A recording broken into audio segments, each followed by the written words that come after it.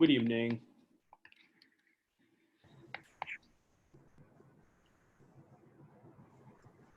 Wonderful. Everyone is on time. Do I have the permission of the speakers here to start, please? Yes, please. Thank you. Good evening, everyone, and welcome to today's session. My name is Ravi Santlani, and I run a very small media platform called ScooNews, which very largely focus on K-12 education in India. As we all know that there is a nationwide debate going on since last week about the locker room story, and we decided to address that with the experts who can discuss and help teachers and parents as to how to go about it. I'm a father of a daughter and a son, and I'm myself clueless as to how do we tackle such issues.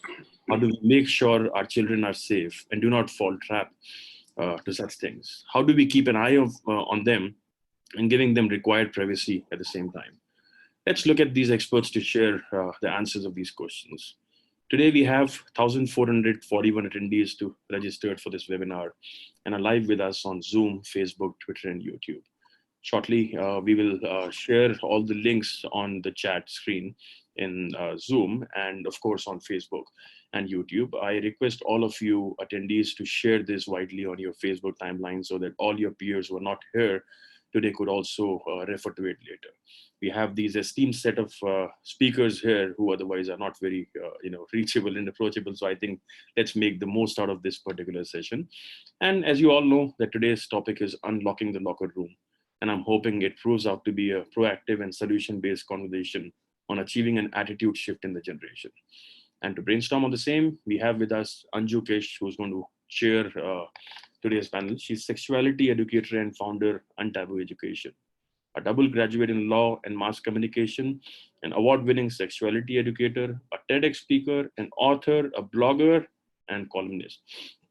She's also the producer of the only play on puberty and safety in India, a stand-up comic, and I've been a witness to it a couple of months back in Mumbai, and Anju, you were outstanding. All of this in the space of sexuality and safety education. Her book on sex education for children, How I Got My Belly Button, bagged Ficky's Best Children Book Special Jury Award this year. Anju has touched the lives of more than 1 lakh children, parents, teachers, and schools across the country and impacting more every single day. I've seen her also speaking in a few schools, and a lot of school owners are here today. Please reach out to her as and when things get normal. You gotta have Anju in your school addressing all these students. And I'm sure she will perform and outperform. So we also have Dr. Swati Popat Vats, who is the founder president of Early Childhood Association India, an association that works for quality care and education of our youngest citizen, that is 0 to 6 years. She's also the president of Association for Primary Education and Research. Dr. Vats is also serving as the president of Podar Education Network, and she leads over 498 preschools and daycares as founder director of Podar Jammu Kids. We have Dr. Zirak Marker, who doesn't look any less than a Bollywood superstar. He is child and adolescent psychiatrist and is also advisor at Mpower. Dr. Marker is a renowned child and adolescent psychiatrist and psychotherapist with clinical training at the Westchester Medical Center, New York University. He currently serves as medical director of the Aditya Birla Integrated School and is advisor and senior psychiatrist for Mpower.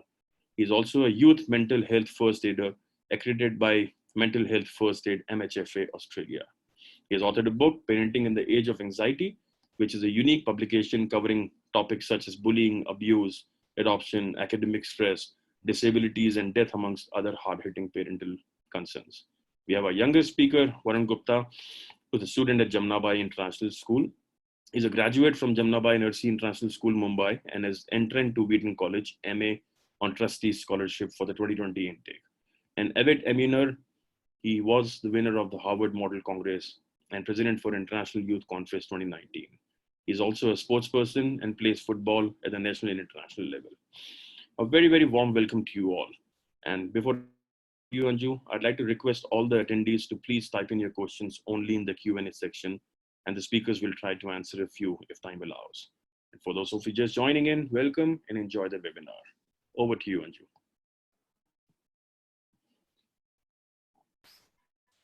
Thank you, Ravi. Thank you for partnering with UnTaboo on this and taking the lead in it. Thank you, viewers, for logging in, and thank you, Swati, Zirak, and Varun for agreeing to come on board at such a short notice. Now, obviously, the boys' locker room, as Ravi mentioned, has created a massive outrage. And when this news broke, the media went into a complete frenzy. The parent WhatsApp group went into an overdrive. Everyone had an opinion. Everyone had a finger to point. Now, while we were all processing this news, there came news of a similar girls' locker room. Comments and finger pointing started all over again. The discussion today is not about the boys or girls' locker room incident. In fact, as parents and educators, we have to be cognizant of the fact that these incidents are just a reference point. This may happen in our schools, our children's schools, our homes, across the generation. So let's not distance ourselves by saying, not my child, not my school. It is happening all around. What's important to establish here is that the behavior is not just of males to females. This is about how we are raising a generation and not a particular gender. I, like everyone else, was of course disturbed when news incidents like these happen, but feel that instead of finger pointing, it's time to have more nuanced conversations. It's about discouraging knee-jerk reactions and coming together as a society and as experts to ideate on systematic solutions. So Zirak, my first question to you would be that as a mental health professional, how do you react when news of such incidents occur? Do you immediately start judging, or your concern immediately is about the parties involved and their mental health at this stage of point of state? Sure. Hi, Anju. So you're right. I mean, when these things hit us as news, I think it does unravel a lot of questions in our minds. But I think what comes to me first, especially since I've been in this field for now almost about 19 years, is that we are all victims here. If you look at it from a wider and a broader perspective, whether you look at your three main stakeholders, right, which are parents, children, and educational institutes, like I said, we all are somewhere victims in all of this. And, as we have to also remember that these are all children, right? They are all children, and they all sometimes get, wrongly vindicated and blamed. There are fingers pointing out to either children or parents. Sometimes the media sensationalizes a lot of news on social media or online or newspapers, and absolutely disregarding the privacy and the reporting aspects of sensitivity. And I think what comes to my mind first is that we all have to be in this together collectively, take actionable, measures and steps. But I think we have to do it with psychological mindedness, with intelligence, and with unity, where all these three stakeholders come together to find, clear solutions driven forward. And I'm all for disciplinary measures, yes, but at what cost, and exactly where are those disciplinary measures needed? Because like I started off saying, is that we are all victims. We have to look deep within ourselves as parents. Schools and colleges need to look into their curricula and understand the ethos and the philosophies they are propagating, and then the larger culture of children and empowering them, and how we need to empower them so that we prevent issues like this from happening. Absolutely right. And I think the first thing we should do is stop the media trial and the social media trial, because the kind of impact it can have on all parties concerned can be absolutely disastrous. Now, we have a youth representative here in the form of Varun. And Varun, we are very eagerly waiting to hear your perspective.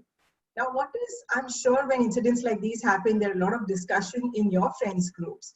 So what is the general take on issues like this when it happens? Hi, good evening.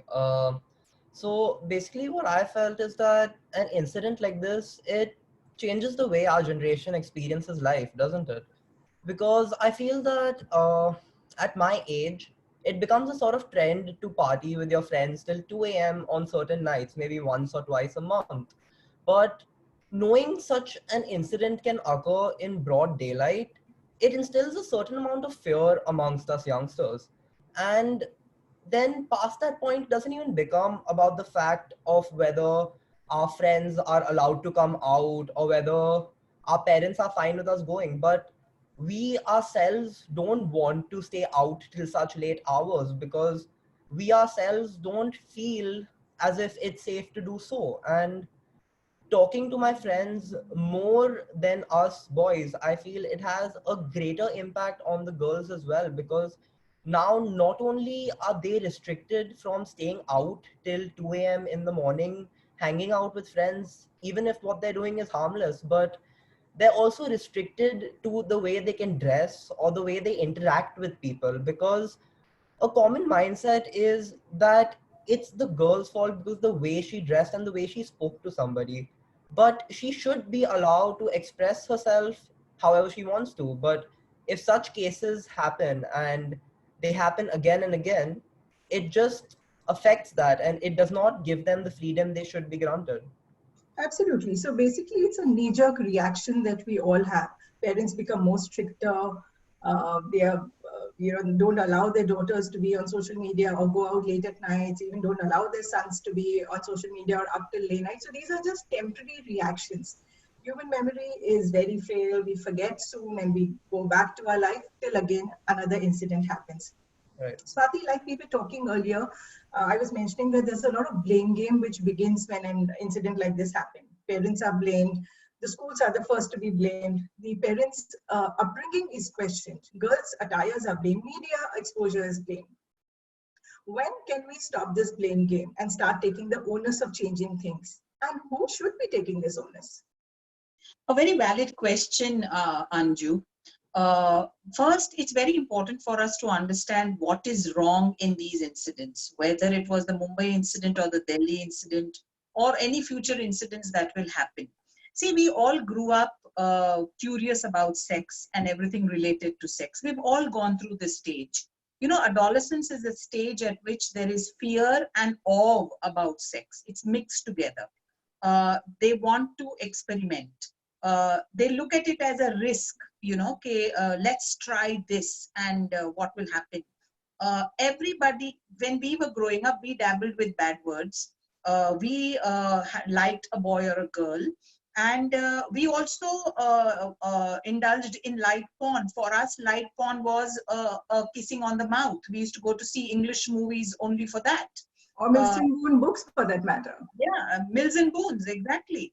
But my whole anger is towards the fact in both these incidents is not about the teasing of the girls or the boys, is about sex being used as power, sex being used as bullying, and rape being acceptable and aspiring for it.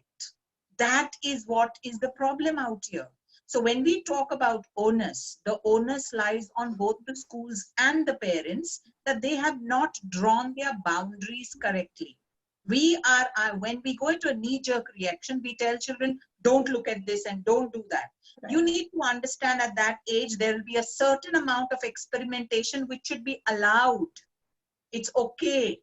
You should be knowing about it. Number two, you cannot and should not accept rape as something commonplace, as something to be lightly discussed about, or something that you want to do. That's what has come in these conversations.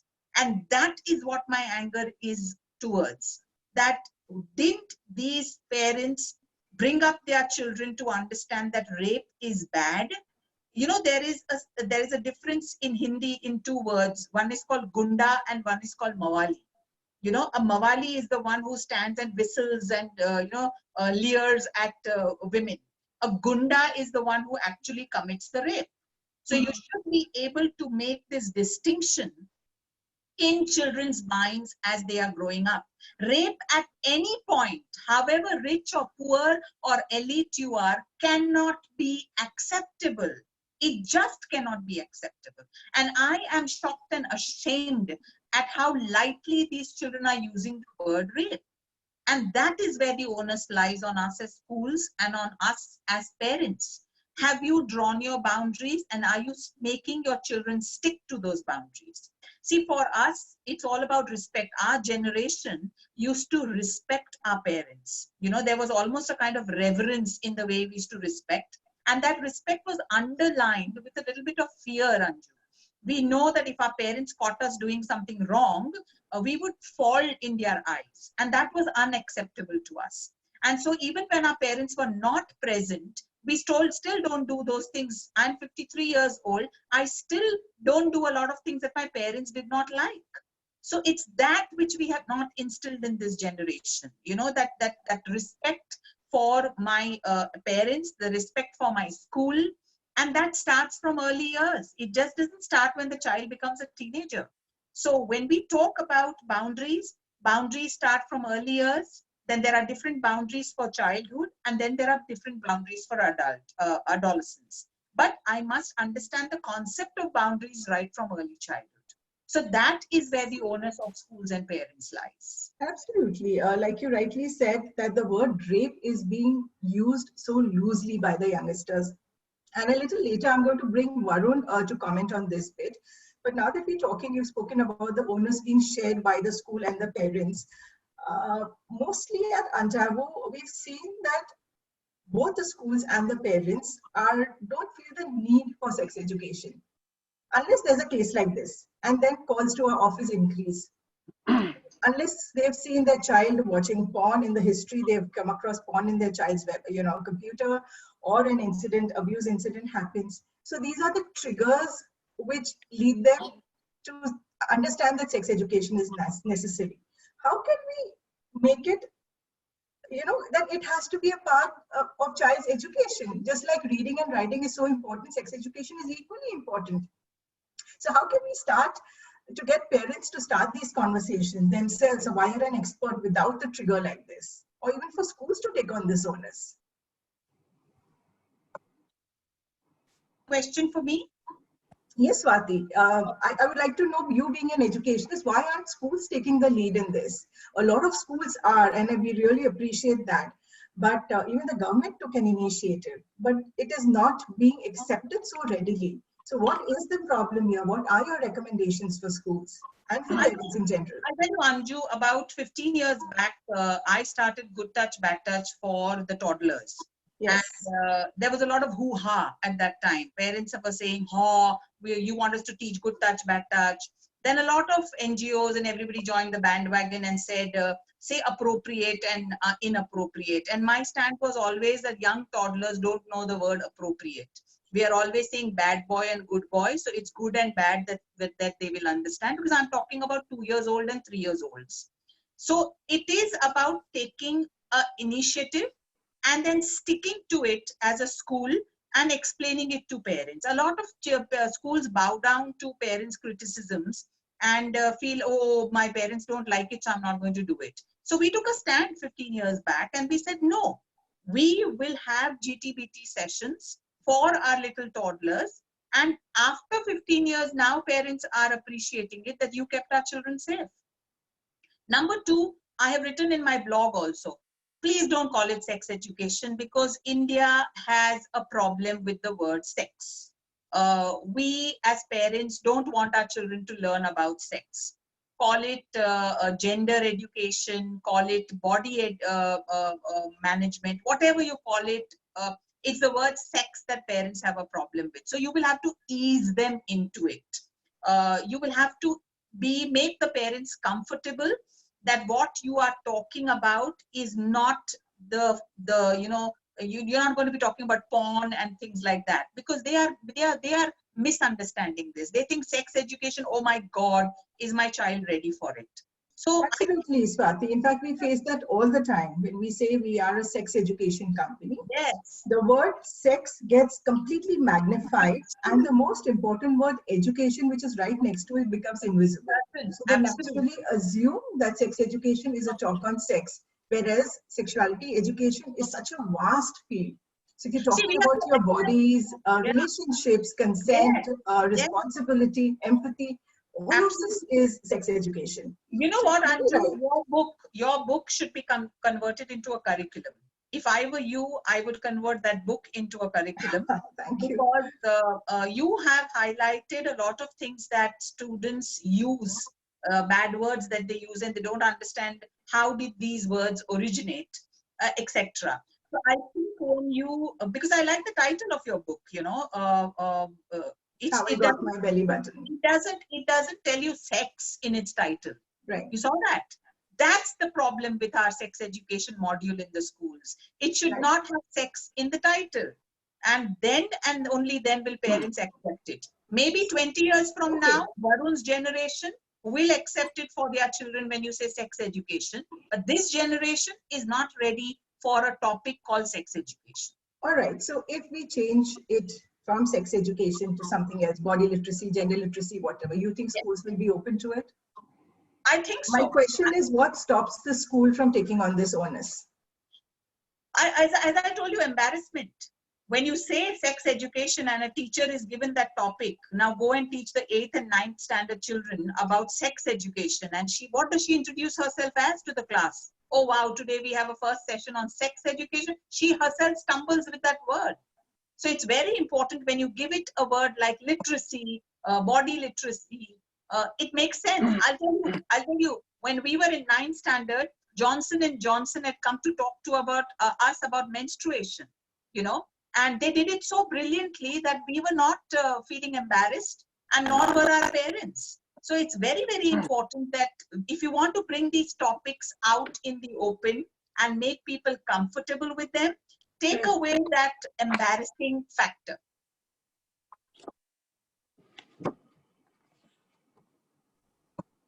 Right. I believe that this is an education which should start very, very early on in life, right from the point you start teaching your child the names of their body parts. You should include the names of the genitals in this. Zirak, my question to you here would be, where does all these incidents that we see across the board now, it's a lot to do with objectification, both male and female. There's toxic masculinity we see around us. Where does this stem from, and how do we nip it in the bud? Sure. So, you know, I look at this as a two-pronged approach. I think we are living in the age of what I call as snowplowing parenting. I don't know if you have heard of this term or not. It's a new term, but it's what a lot of Generation X and Z children go through. And I've seen that so often because I run a school myself and in my clinical practice. So snowplowing parenting are the new breed of parents that basically will kind of, you know, try and remove all obstacles or troubles or hurdles away from their children's path and, you know, provide them with no consequences, you know, in order to try and shield them and protect them. But what they don't realize is that when children are born of this parenting style and they don't face certain consequences in life, they have no independent thinking skills. They are more prone to peer pressure. And therefore you see cases like this multiplying. They are forced to sometimes conform because they don't have those independent judgment skills and thinking skills. And therefore they have poor judgment and insight, which then also leads to poor empathy and high frustration tolerances and low empathy. Now, when you have all these aspects into play, and like you rightly said, education, I don't even use the word sex education at all. In fact, I'll get into that subsequently. But parenting, I feel, really plays a very deep role in who your child's personality is going to be. Yes, there's a whole debate about nature and nurture, but I always feel that yes, genetics and nurturing play a huge role. But how you nurture your child, right? As you said, right from the time the child is born, the kind of messages you give your kids. And sometimes when you hear parents, even in their conversations to their kids, it's so stereotypical. You know, like recently, I mean, I've heard this statement which really bothers me is, oh, boys will always be boys, for example. I mean, you know, parents have been brought into school for, say, whatever the behaviors may be. It could be a mild conduct issue or something that they've done wrong on social media or a comment or bullying. And the first response for the parent in these days is to be on defense mode. Now, when you're sitting there across the parent, across the child, and you're seeing that the parent is, you know, like guarded and not, you know, in cognizance of the child's aspects, there is where it's the start of the end. You know, that's where you see lots of issues. And you know, then, you know, and who's talking to kids? If you think about it, who is talking to children about sexual orientations? Who's talking to children about compassion and empathy? Who is having discussions about them with regards to respect of women, boundaries? the very, very important terms of consent. For example, there are teenagers in the school who haven't heard, or the term consent and boundaries has not even been discussed. Who's discussing gender equality? Who's going into details about acceptance and tolerance, no matter where you come from, which socio-economical background, caste, religion, gender, or sexuality you belong to? Who's teaching them how to be more tolerant and acceptance of these differences in societies that we live in? We are not talking about sexual harassment or the laws and these boundaries with our kids. And of course, like you rightly said, the whole sex education aspect.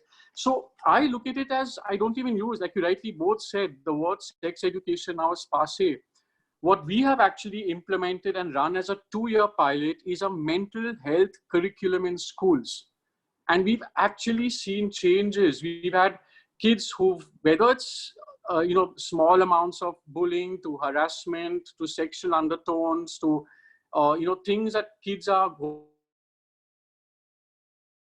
bodies, peer pressure, bullying, they completely have a different set of mind, a different way of looking at things. So that's when I feel if parenting can evolve and change, and parents realize the damage that this kind of parenting can have, and if schools get together and impart a very, very robust mental health curriculum into schools, starting from grades 1 to grades 12. And I always tell this to all schools, and I joke with principals and trustees that it's okay if kids get one less lecture in math or science and EVS. But if every kid once a week gets a curriculum that teaches our kids compassion, respect, kindness, and all the above topics that I mentioned, we are looking at a far better evolved society with our next generation. Absolutely right, Zirak. In fact, this education, whatever you choose to call it, whether mental wellness or just education, body literacy, whatever term we give it, it has to be continuous. It has to be year-on-year education. Only then things will change. We have sometimes, in our workshop, I remember one boy had once mentioned that he had declared to me that, ma'am, do you know that girls like to be hit while having sex? Now, where is this coming from? Obviously, attitudes are being defined from what they are watching. Their sex educator is pornography. So the source of information makes all the difference. Now, if parents and schools can become this source of information, attitudes will definitely change. Absolutely. Also, Zirak, there's one point I want to raise here is that we are talking about this generation. The kind of exposure they have, the kind of content they consume. But what about men? A lot of men I know do have separate boys groups, so to say, on social media, where they share porn clips, where they share vulgar jokes. So how different are they from these boys? Objectification is happening even over there, whether offline or online. So where do we draw the line? You're talking about young adults, Anju? I'm talking about young adults, I'm talking about old adults. Yeah. So it's across the generations. Of course. And I think, see, again, like I started off saying that, when I use the word, we're all victims in here. So it is mindsets that do pass on from generation to generation, right? Now, when you have the aspect, when I use the word mindset, there are so many cultural differences, right? I mean, for example, we don't believe in a culture of drinking with our kids, whereas in France, they will sit on a dining table and have wine with their kids, even as young as 9 and 10 years of age sometimes. So what I'm getting at is, it is also the mindset about what is permissible and not, what is acceptable and not.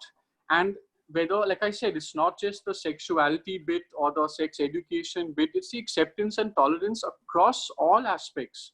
So when you have a mindset of a parent, maybe he was brought up or she was brought up in a way where the same messages weren't given. So what I'm talking about is generation, like if you look at discrimination and lack of acceptance across religion, or bias against skin color, or bias against tolerance of multiple other aspects, it does come down from generation to generation. I mean, how many of us have heard this statement from our grandparents that, oh, when you grow up, you must marry someone who's tall, dark, and handsome for a man, or pretty and fair for a girl. Now, when you discuss all these things with kids, it's remarkable at their age and as young adults, how they love questioning these beliefs. So that's what I started saying, that you have to start healthy conversations. And as you rightly said, sometimes it is the mindset of the parent that may be wrong. So as you said, it could be a father who's perhaps permissible and okay with extramarital affairs, to pornography, to all sorts of other deviances. But then if we can start molding the child in school, for example, starting from grade 1, where a counselor becomes the teacher, gets into the classroom and starts having these healthy conversations. And when you do that, you're destigmatizing mental health, you're normalizing vocabulary, you're normalizing these conversations so that they can be healthily had with a professional. So it's not like you're just randomly surfing the internet to get answers for yourselves in your mind. You're actually, you're given a safe space in your own school, in your own classroom, to have these discussions. And like I said, we've seen it happening, and it's amazing. I mean, kids who've, for example, about 3 months back, there was a kid who'd never told a soul about his sexuality. He, in one of these classes that we've conducted, has stood up and come out and expressed his sexuality. We've had kids who've been sexually abused when they were very young, and when we've had these healthy discussions and they've realized it's safe, it's secure, and we've normalized this for them, and taken away that guilt and shame, they've actually opened up and shared these stories with us. And like I said, it's not happened at home, it's not happened with their parents. So that's where very surprising, Zirak. We face that all the time, that children share with us stories of abuse and we've not shared it with the parents who have been having these conversations with them. So that's quite another discussion possibly on that. But I'm going to bring in the young lad Varun here. Varun, a lot of doubts are being raised on the fact that kids who go wrong, it is the parenting responsible. Doubts are being raised about the upbringing of the child. Do you think that's a valid doubt? Do you think the youth themselves have no responsibility here? So I believe that a child can be brought up in two ways. One would be by his or her parents, and the second could be by the internet. And that's a beautiful statement, Varun. Thank you. A very, very deep statement, actually. I would really want you to repeat that. It's a wonderful statement. It's a quote. Yeah. So there are two ways a child can be brought up. One by his parents, and one by the internet. And the fact is that if a child is brought up by his parents, he or her always has someone who he can confide in, someone who, when in doubt, he can ask questions. And even if it's something as simple as a misconception, there's always someone who has 40 or 50 years more of experience to tell him what's right and what's wrong. However, if you look at the second way of a child being brought up, and I believe I'm speaking out of experience because I've noticed in my generation that there are many children who are completely dependent on the internet. And the fact is that today the internet's become such a wide platform that people don't upload the correct answers, and they do not upload videos which teach you things, but they upload videos which get the most views, videos which will be the most popular ones, and which will make them the most money.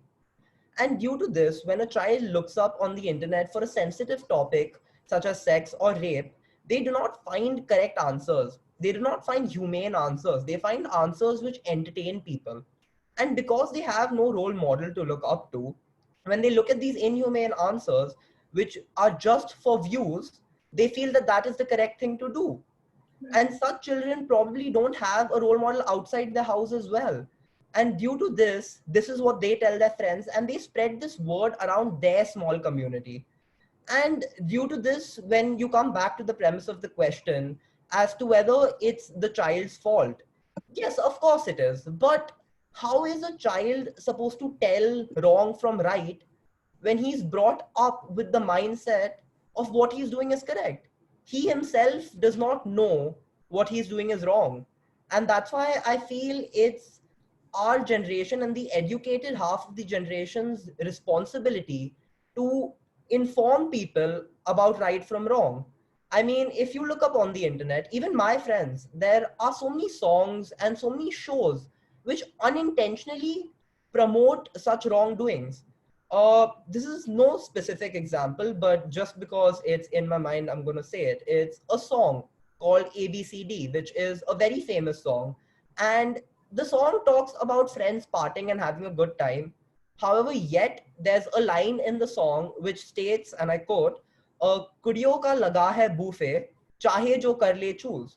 which if translated into English means there's a buffet of girls and choose the one you want, which makes children of today think that it's their choice, which make especially the boy think that it's their choice and they can choose whoever they want, which is absolutely incorrect. And I feel that if there's no role model in his or her life to correct this misconception, even though it is the child's fault, he has committed a crime which he did not know was incorrect to do in the first place. That's a very strong point you brought across, Varun, that when you're being raised by the internet, your role models become what you see on the internet. In fact, I'm going to share a very scary statistics, and this is from India, a research which says that 80% of college boys watch porn. Out of the 80%, 40% watch rape porn, and these are real rape videos.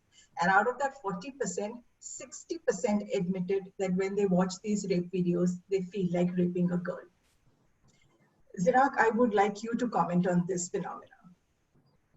Does what they see, Yes, how does it impact their mind? Do they actually feel like going and playing out that situation, what they've been seeing? sure.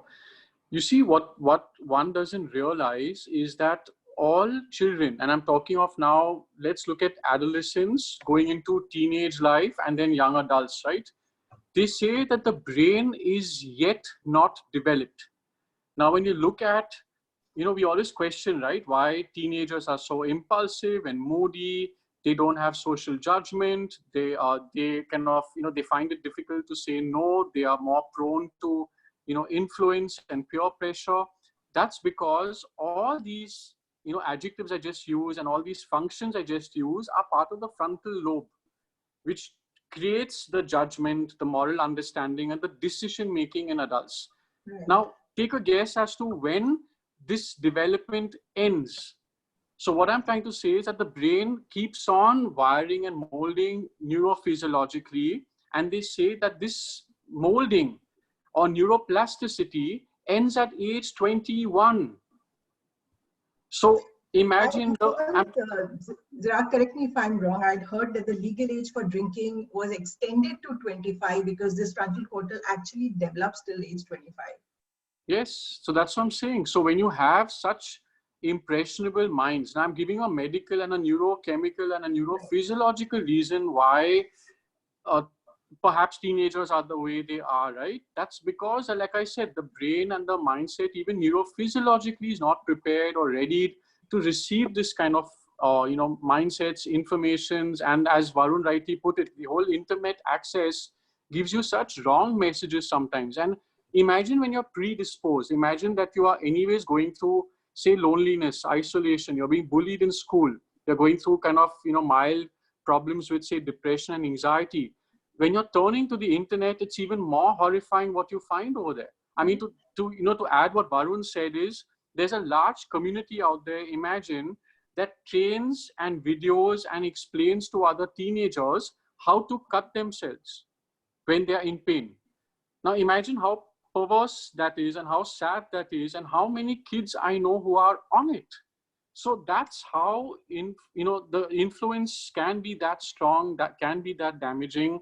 So as you rightly said, Varun, I mean, that's a huge, role modeling from parents plays a very big impact. And that's why I again reiterate that sometimes you may not have a healthy role model in a parent or from parents or the family. Therefore, that's why I keep emphasizing the importance of educational institutes and schools that can help bring back that balance. I'm going to go back to Varun with a question on role models. Varun, a lot of your generation have YouTubers as role models. You'll follow them, but a lot of YouTubers use a lot of obscene language. Also, in the shows that you watch, well, the one top of mind is Games of Thrones. There's a lot of nudity involved. There's a lot of incest there. There's sexual violence there. How do you deal with all of this? Does it desensitize you? Does it normalize it for you? What do you feel about it? Do you think it's cool to do all these things? Do you use the language that YouTubers are using, the slang words? So if looked at all the content which includes nudity or abusive language is for children who are 18 and above. And that's why even when you log into YouTube, they first ask you, are you 18 and above, and please provide proof. But the problem is that today it's become so easy to put a fake birthday and enter, Right. that even a 5-year-old can access a video which is meant for a 26-year-old. And due to this, I feel one way to prevent it is to implement some laws to prevent the social media from being so widely available to everybody. But coming back to the question about how this affects us, the fact is that there are many popular YouTubers, and the first Indian YouTubers that come to mind are Ashish Chanchlani and AIB, which are very popular right now. And the fact is that over time, we'll notice that each YouTuber puts a disclaimer before the video because of the amount of young audience they're receiving. However, the fact is that all of us love their videos and we all laugh at it. And I'm not denying it. Even I watch their videos and I enjoy it. But the fact is that because these videos and these movies are so popular, children start to feel that that is the correct way to behave in order to gain attention from your friends. And that is the correct way to behave and talk to others in order to be cool. And because of this, that's how children start behaving amongst their peers. And when children start adapting these behaviors from movies, shows, and YouTubers in real life, they start becoming those people. But what we don't notice is that these YouTubers and these people acting in movies, they are actors. They aren't the role they play in these videos isn't a representation of who they are as people. And that's what the youth doesn't understand. And And that's where I think the role of parents comes in. yes, because Uh, I feel the the parents parents don't or even explain schools to for them. that matter, of making them understand that what they are seeing is not reality.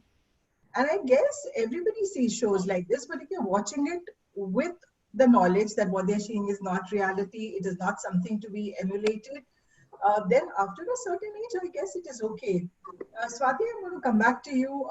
You, of course, work with very young children, and foul language is starting very early on today. How do you deal with it? What are some tips you'd like to share with parents? See, it's very important for us at the early childhood level to be able to correct children sensitively. We don't blame the child. We ensure that the child understands that the behavior was bad and needs to be modified. And if this is carried forward in all age groups, rather than shaming a child or punishing the child, make the child understand what was said or what was done was wrong. I'll give you an example of something that happened a few years back in one of our schools. We had a lot of high-end parents attending that school, and they would kiss their children on the mouth while saying goodbye. And what happened is in the classroom that the children started kissing each other on their mouths. Now, can you imagine 4-year-olds doing that?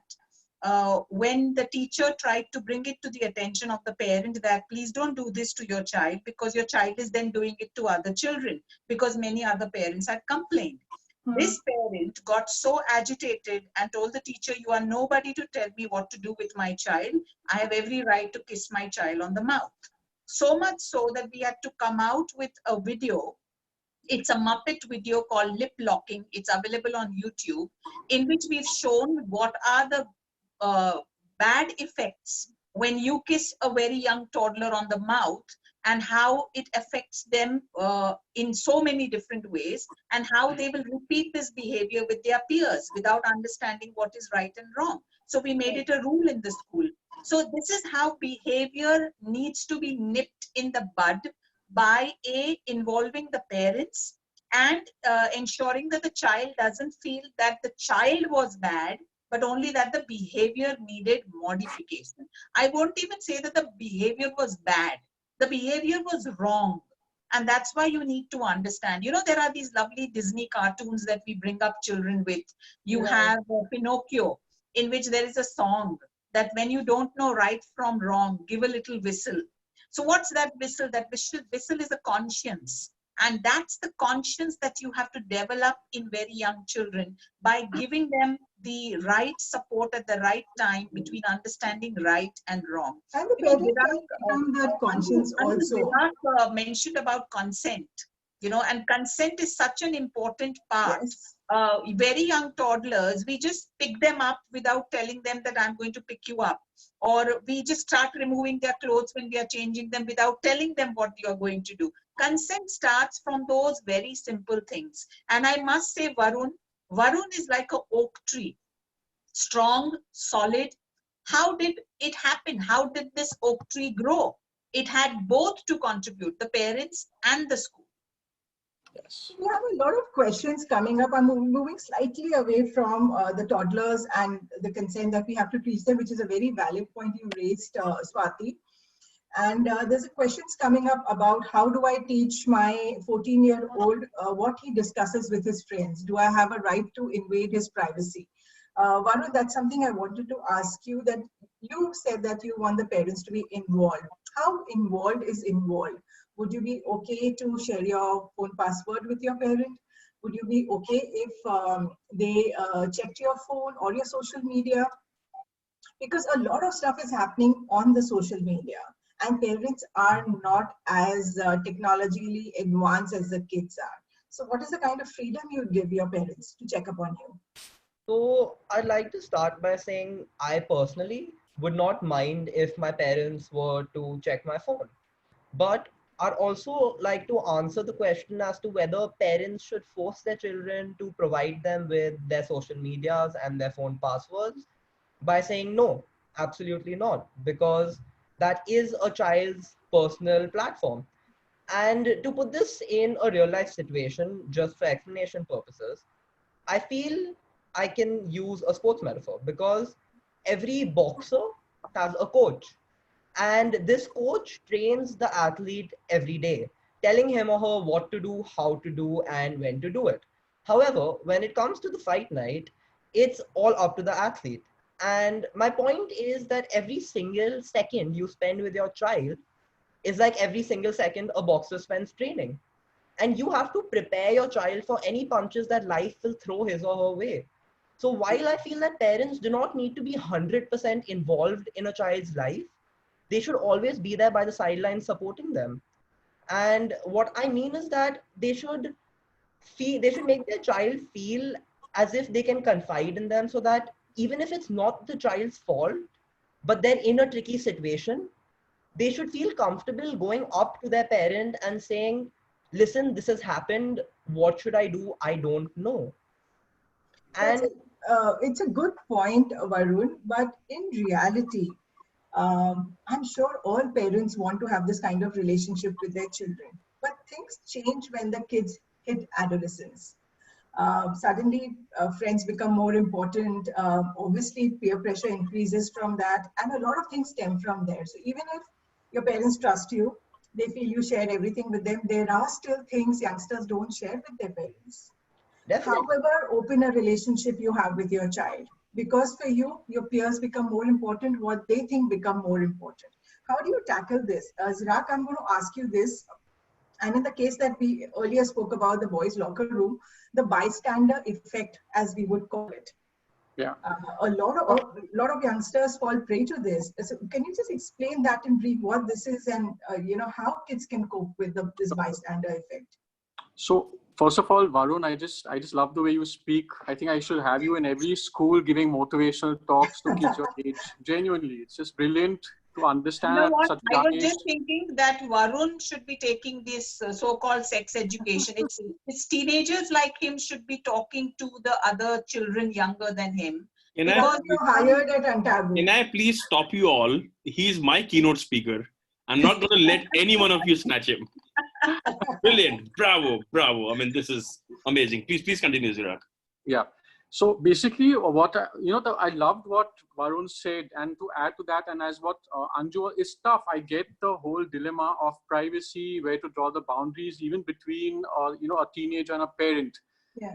I believe in this line, which I love. And I know a lot of kids like Varun who, when they come privately to talk to me about even their love affairs or whatever private issues they have, and they're not sharing it with their parents, they're coming and sharing it with through counseling.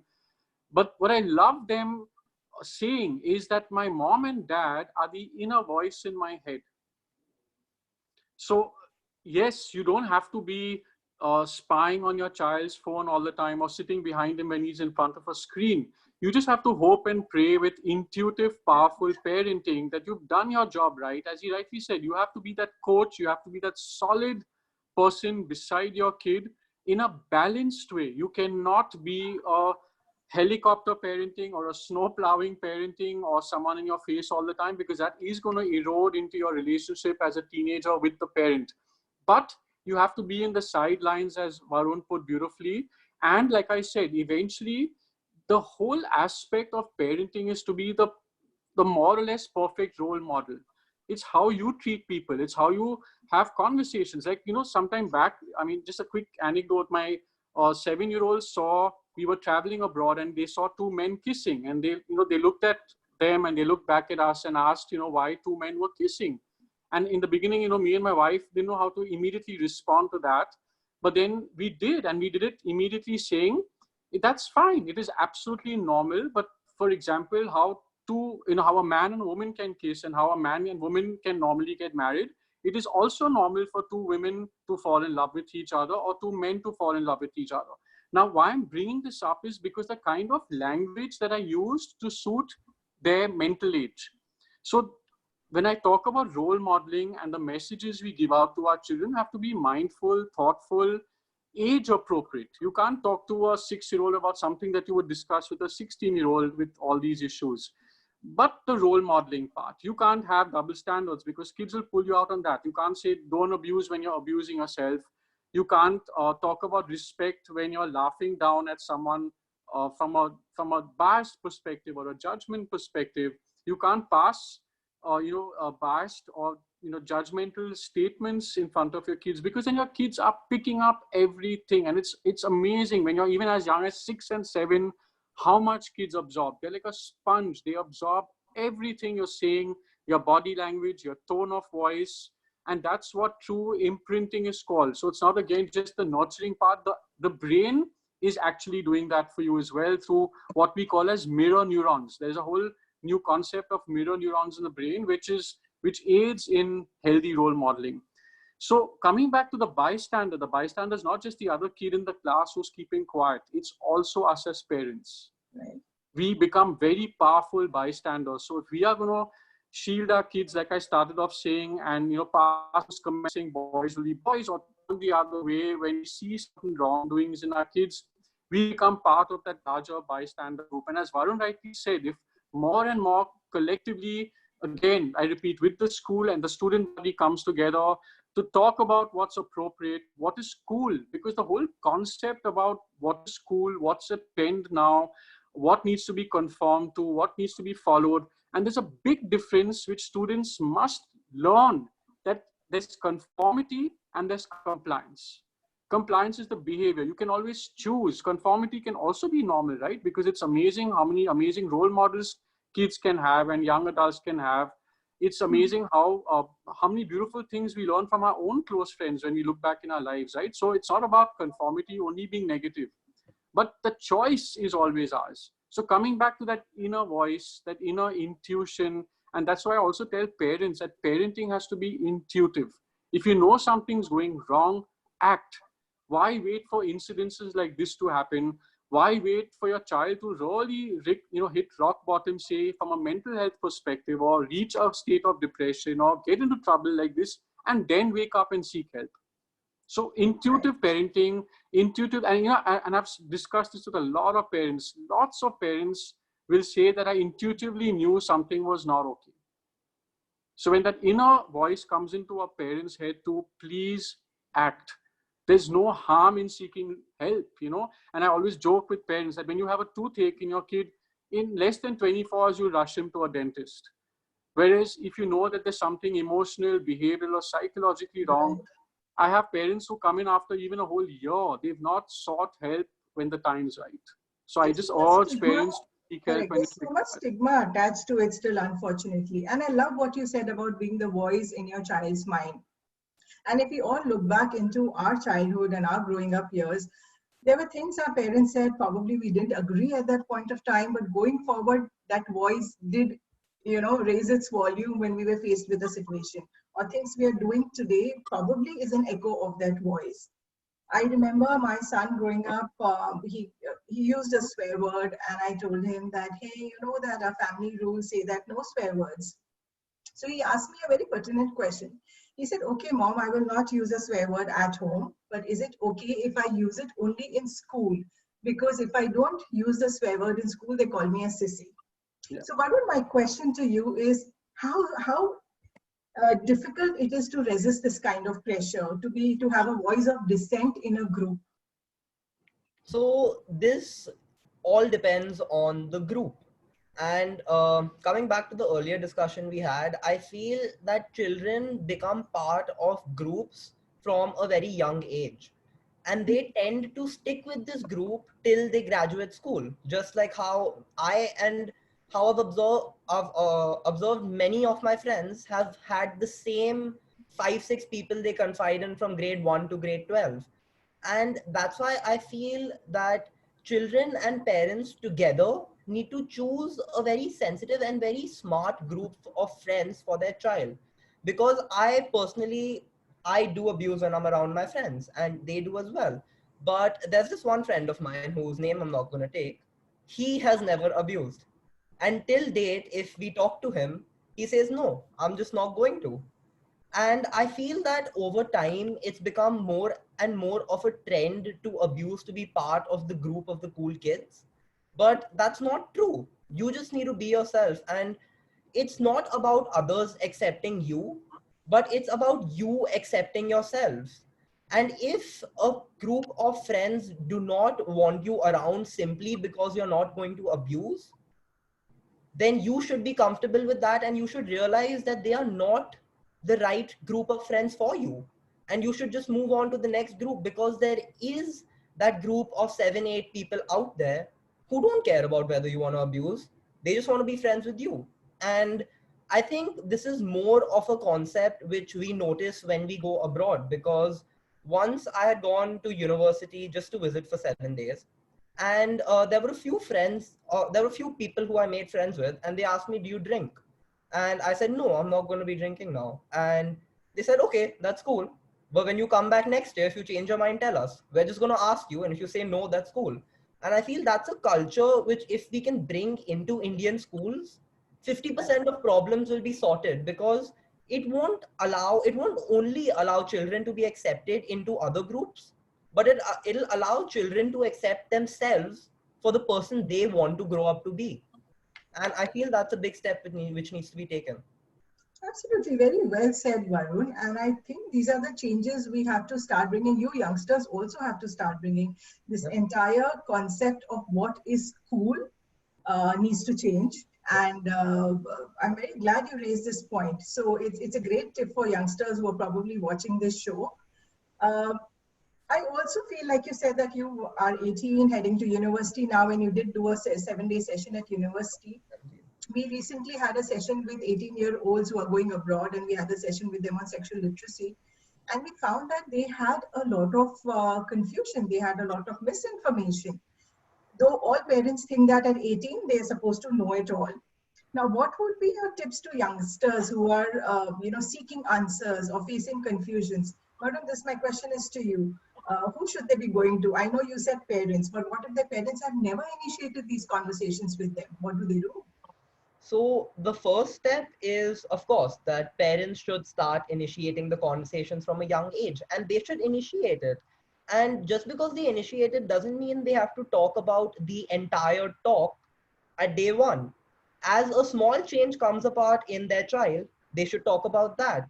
Because by doing this, by the time the child is 17 or 18, the topic of sex won't be a taboo topic. And hence, when the major doubts come into the child's mind, they'll be comfortable talking to the parent about it. So I feel from age 6 to 10 to 14, whether it's puberty, whether it's a small change, whether it's something the kids noticed, the parents should just bring it up, and they should talk to the children about it, no matter how uncomfortable they are. But coming back to your question as to what those kids who have not had these talks with their parents should do, first of all, it all depends on their role models and the people they surround themselves with. So if they have a friend they feel they can confide in, and only if that friend is knowledgeable, they should. But again, even their friend is just a kid of their age. And the most appropriate, even though uncomfortable solution to this question is a school counselor or a school teacher, because they are more knowledgeable than we can even imagine. Because we don't really pay attention to their entire knowledge in a classroom. But when it comes to such real life experiences, because of the amount they've noticed in a school, because they work in an environment surrounded with over 1,000 students, they might even know more than our parents. And if we are actually so confused and cannot go to our parents about something like this, a FOIA coordinator, a school counselor, or a teacher you confide in is the perfect solution, I feel. Varun, great tips. I would have loved you to mention UnTaboo's name in that also. I'm Oh, going to give you 30 seconds to do that. Definitely, UnTaboo is the place to go. But Thank you, Varun. And of course, Dr. Zirak, Dr. Swati, all great resources. And there are some, so, while we pull down the internet so much, there are great resources on the internet too. You just need to find the right ones, and parents can help the kids find those right resources. Even if you cannot speak to the children, go to an expert, or if that is not a possibility, go online, find the right resources and give it to your children to go through. Help them out that way. Swati, the lot of questions and lot of, in fact, comments coming in about the fact that why can't the schools make it part of the curriculum? What do you have to say this? I know we've addressed this earlier, but as an educationist, what's your take on this? What if can it be made part of the curriculum? How difficult it is? Actually, while this entire talk was going on, and I was just listening to Varun, I think as adults, we should take our tips from children like him. Because sometimes we get on a high horse and we become very, very, what we say, judgmental adults. I think in cases like this, the first step that we should take is listen to children like him. And secondly, I was just thinking, I think it's high time Early Childhood Association partnered with UnTaboo and a lot of other groups and came out with an actual curriculum which starts from early childhood, goes on to primary, because we also have APER now. I think it's high time we came out with it, and I'm going to reach out to you. It's very important that we help parents understand sex is not a 4-letter word. It's very important for us to make them understand that. And if we do it coming from an educational way, I think parents would be more open to it. And I'm serious, I'm not joking. I feel sex education in schools should be done by children like Varun. Because imagine how it is to listen to or knowledge about sex from aunties like us, to those children. They think, who's this auntie trying to teach us about sex, So I think it's very important that we keep it at the level at which they can talk, they can share ideas, they can be embarrassing if they need to. I think that comfort level would come when it's a sorted individual like Varun, who is talking about his experience. I think I would urge any school leaders who are listening to this webinar is, here is a sorted young man. There are many like him in your school also. Find them and make them the role models for the other children in your school, because it's so important that children today have the right role models. So I feel, Anju, decision taken today, ECA and APER will come out with a curriculum for schools with UnTaboo, and we will reach to more maximum schools through ScooNews. I'm so glad you said this, Swati. In fact, UnTaboo does have a curriculum from grade 1 to grade 12. Very happy to tie up with ACER and early education and take it across to most schools. And it's not just about taking it to schools, to just the children in schools. It's also about educating the parents, staff, and the non-teaching staff. It's a 360 perspective education that has to be done. Absolutely. So a great decision there.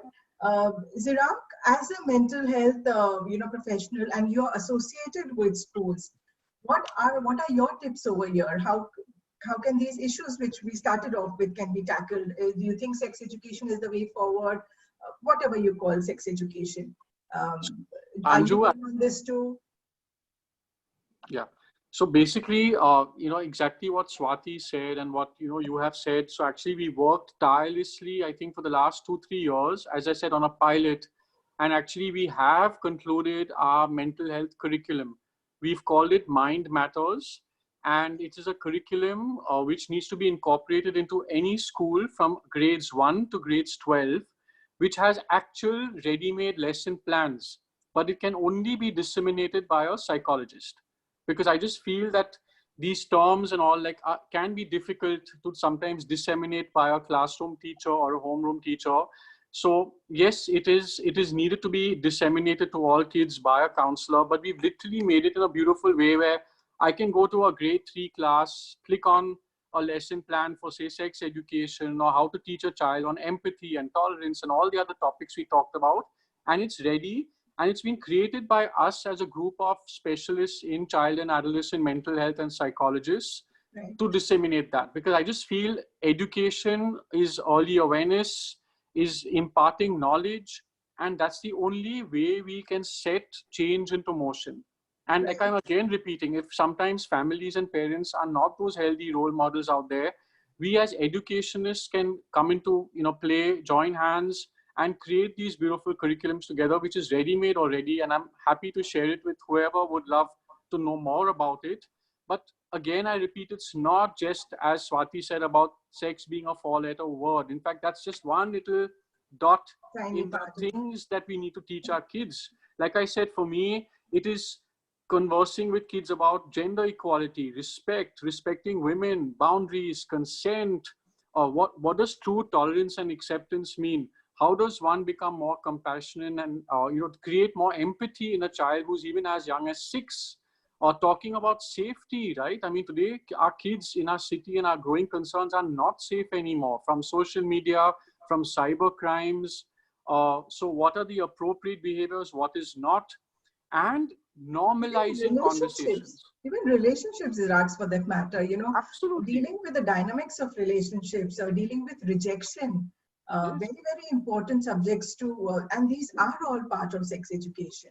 So Swati also mentioned that so many parents also sometimes, or schools, are resistant.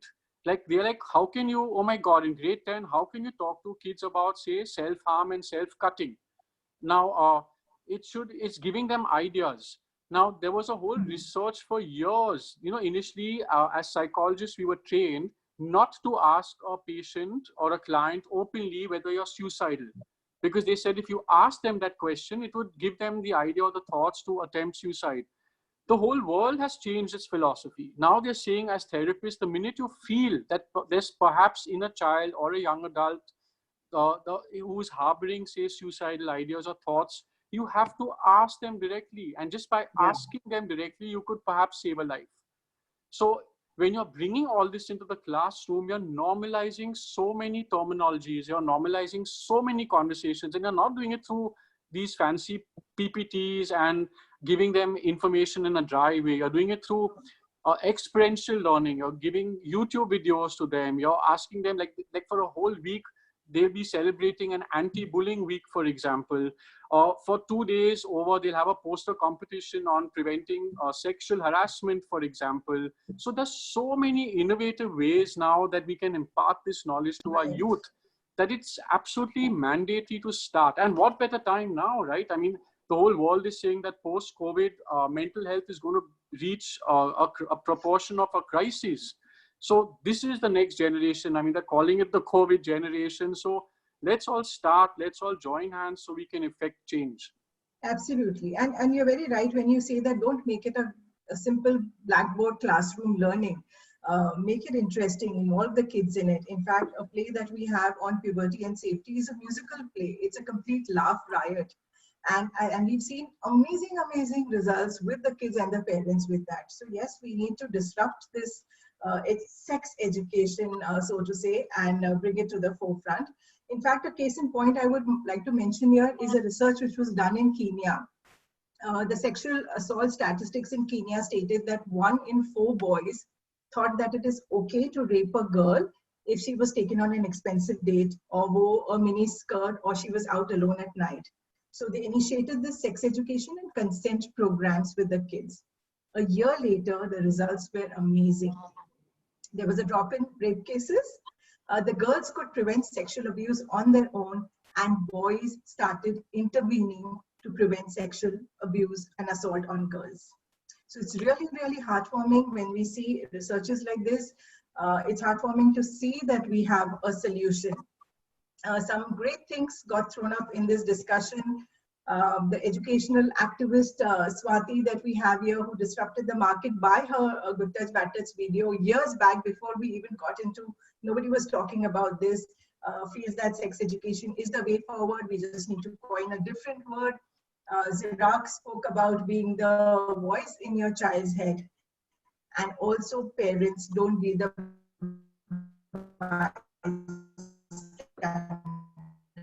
it's not parents' perspective, a very fresh perspective, a youth perspective, that parents have to be the source of information for the children. Parents need to be the source of information for the children, and parents, please open up conversations with them very early in life. They are looking for relatable role models. Be one of those. And my perspective as a sex educator, and also as a mom of 2 young adult boys, I feel that you cannot monitor and you cannot protect your children 24/7 from exposure. The only thing that you can do is have conversations and more conversations. So break those walls of silence, UnTaboo conversations on these topics. Let's stop finger pointing and passing the buck. If each one of us takes on this onus, we'll be able to together raise a very positively informed, safe, and responsible generation. Thank you, Swati, Zirak, Varun, again for being a part of this important conversation. I would now like to invite Ravi back to join us for his closing comments, and very happy to take on any more questions that we have here. Thank you, Anju, for a very powerful session today. Yesterday, me and Swati Ben were speaking that, I think by far, we had the greatest traction and engagement from a lot of attendees for our yesterday's webinar. I think we have broke that record, Swati Ben. This is by far one of the most amazing sessions. And I think, a lot of people in the chat box are saying, what an apt selection of speakers.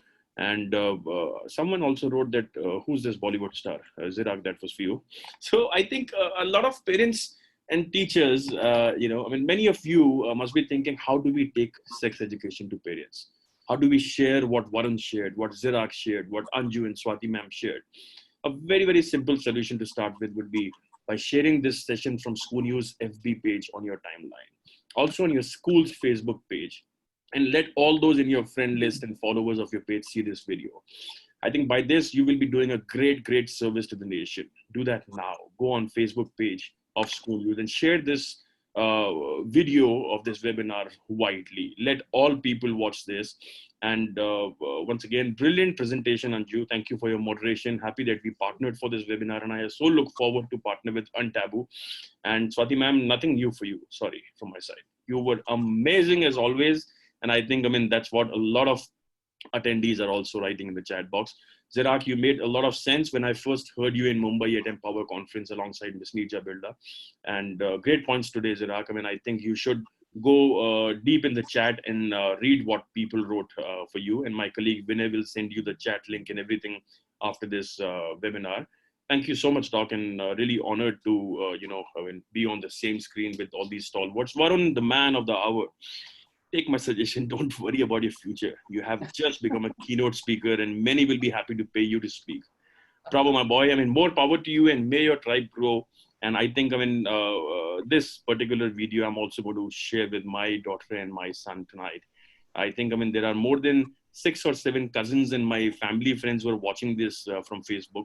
So all of you, I'm going to share the link on our WhatsApp groups and we are going to make this viral. And by tomorrow, I promise all of you, you'll have hundreds of thousands of views on the Facebook video. Thank you once again, ladies and gentlemen.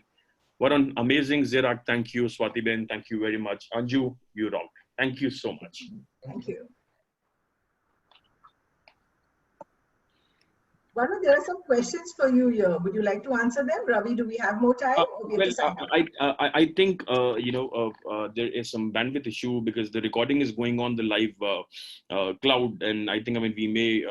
But what I suggest all of these people to kind of, copy these questions and post it on Facebook page, the live stream. And Varun and you all could kind of, go there and spend some time over there and answer all these things, because we might just get over the board with the recording and the space that we have on cloud for this webinar. Sure. So that's the end of this webinar. And thank you once again, ladies and gentlemen. Thank you, and see you on the other side real soon. Thank you. Thank you. Thank you so much. Thanks, Anju. See you soon, Swati. Thank you, Varun.